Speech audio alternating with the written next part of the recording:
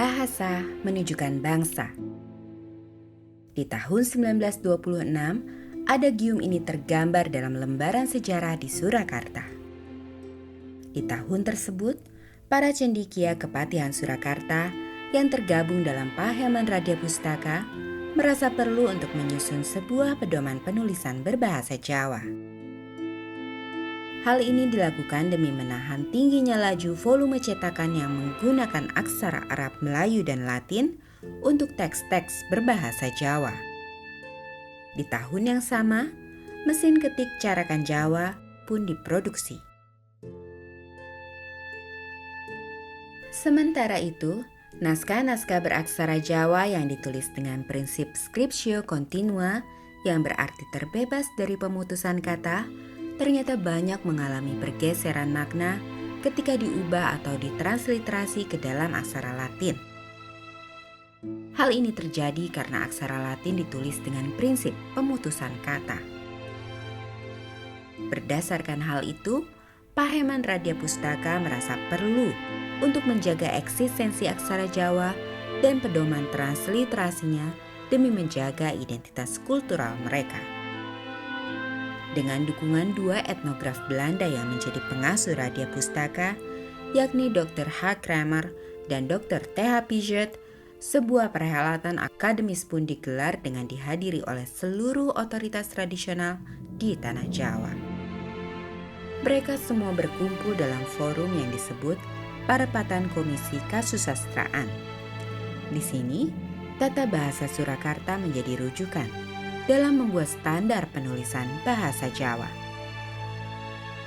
Dalam forum ini, pedoman penulisan aksara Jawa yang disebut Wawaton Panyeratipun Tembung Jawi Mawi Sastra Jawi pun lahir. Di dalam pedoman ini juga termaktub bab panulisan basa Jawi nganggo sastra Latin atau penulisan bahasa Jawa dengan aksara Latin. Pedoman inilah yang kemudian disebut sebagai Wawaton Sriwedari. Sejak saat itu, di tahun 1926, masyarakat luas mengenalnya dengan ejaan Sriwedari atau Sriwedari Spelling. Jadi memang ahli-ahli sastra Jawa dan budaya Jawa pada waktu itu merasakan bahwa mengapa huruf Jawa itu masih ada dua huruf dengan satu suara. Sehingga hal ini kan menyulitkan misalnya ada mesin ketik dan sebagainya. Oleh karena itulah dalam Kongres Budaya Jawa dan penetapan Rudi Sriwedari itu diusulkan bahwa huruf nyo, huruf NY, NG itu supaya jadi satu huruf. Ini pertama apa? Nanti memudahkan di dalam penulisan. Budaya Jawa menganggap bahwa Solo, Surakarta, Diningrat ini adalah pertama rangnya lebih tua dari Jogja. Kedua, dianggap menjadi bopo babunya bahasa dan budaya Jawa. Jadi menjadi induknya. Oleh karena itu para ahli itu memilih Solo, yaitu ada kaitannya maka dekat dengan Radya Pustaka Sriwedari. Menurut babat Taman Sriwedari, nama Sriwedari diambil dari sebuah nama taman surgawi dalam cerita pewayangan. Dalam kisah tersebut, taman ini difungsikan sebagai tempat hiburan bagi istri Prabu Harjuna Sasrabahu. Namun, keindahan taman tersebut kini terusik dengan konflik panjang antara pemerintah kota Solo dan ahli waris Wiryodiningrat. Wiryodiningrat adalah seorang patih yang namanya secara legal tercatat sebagai pemilik lahan Sriwedari. Ia merupakan kakak ipar dari Pakubuwono X. Jadi Sriwedari itu adalah pada waktu itu milik orang Belanda. Nah, ketika Pakubuwono ke-10 itu dari Bogor melihat taman di Istana Bogor, itu beliau ingin memiliki taman yang sesuai dengan apa yang menjadi kehendak beliau, yaitu sebagai suatu taman kota. Nah, setelah Taman Sriwedari itu istilahnya dibeli oleh Pakubono X itu adalah pada saat itu melalui namanya Wiryo-Diningrat itu yang sampai sekarang menjadi suatu hal yang dipertanyakan.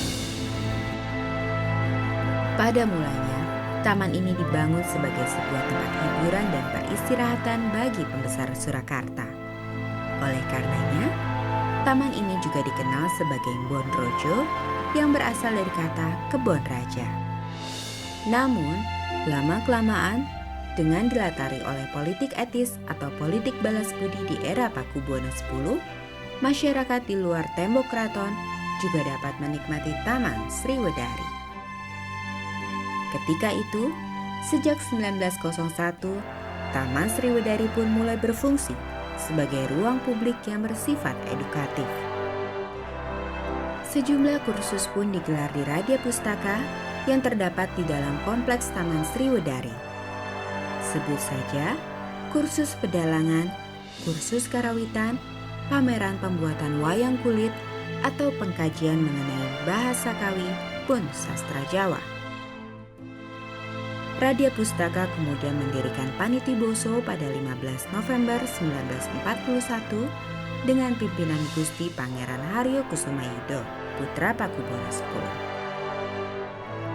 Panitiboso ini menerbitkan Candrawati dan Nitiboso, majalah berbahasa Jawa yang berpedomankan pada ejaan Sriwedari.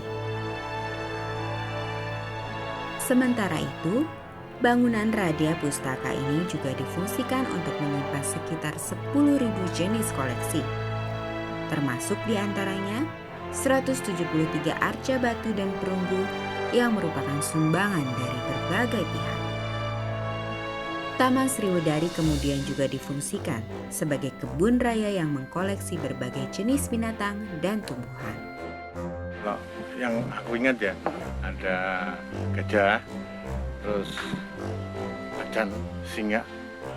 Waktu aku kecil umur 5 tahun sampai 7 tahun, kebetulan badanku panas. Itu aku diajak ke Sriwedari itu, Bonrojo dulu. Kita diajak ke sana, terus dibawa ke tempat pawang gajah itu.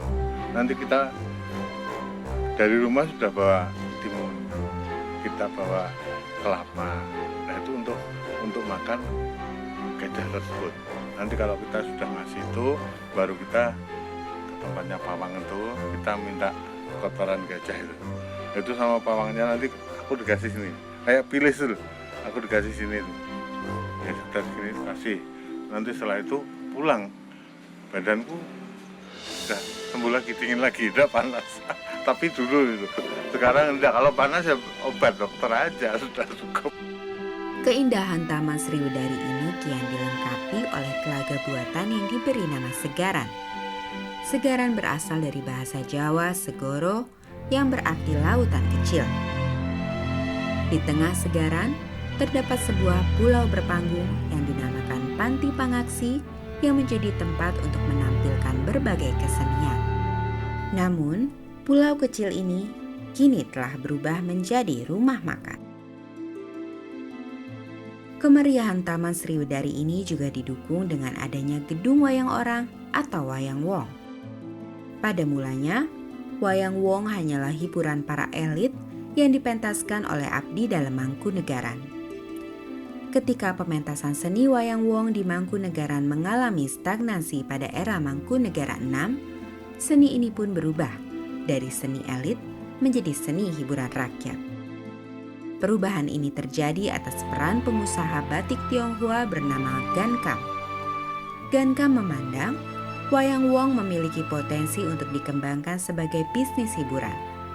Pada akhirnya, wayang wong yang syarat akan nilai-nilai budaya Jawa pun berhasil menjadi daya tarik tersendiri untuk Sriwedari.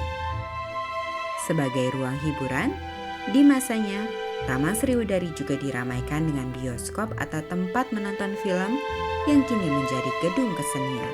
Dan filmnya ya film-film seperti yang dulu disiarkan di gedung-gedung bioskop itu, tidak seperti zaman sekarang. Dan itu juga ada 2 tingkat itu, bawah dan atas. Melihat gedung bioskop yang pada waktu saya melihat itu sudah tidak ada kelas dalam kelas kasta masyarakat, tidak ada. kelasnya ya kelas gedung itu sendiri, kelas kartis itu. Tak cukup berfungsi sebagai pusat pendidikan dan budaya, Taman Sriwedari juga memiliki sebuah stadion olahraga. Mr. Zelman dari Belanda adalah arsitek dari stadion ini.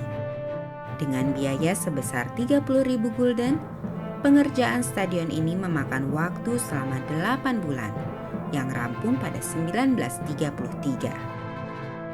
Kemudian hari, pada 1948, dalam situasi yang tak menentu, stadion ini pun menjadi tempat pelaksanaan Pekan Olahraga Nasional pertama di Republik Indonesia.